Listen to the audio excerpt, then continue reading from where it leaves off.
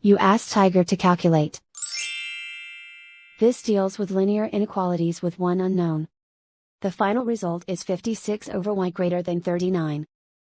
Let's solve it step by step. Simplify the expression. Break up the fraction.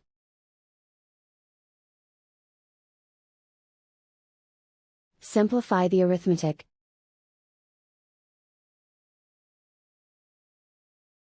Group all constants on the right side of the inequality. Add 39 to both sides.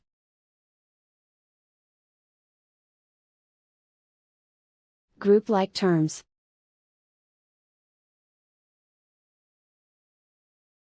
Simplify the arithmetic.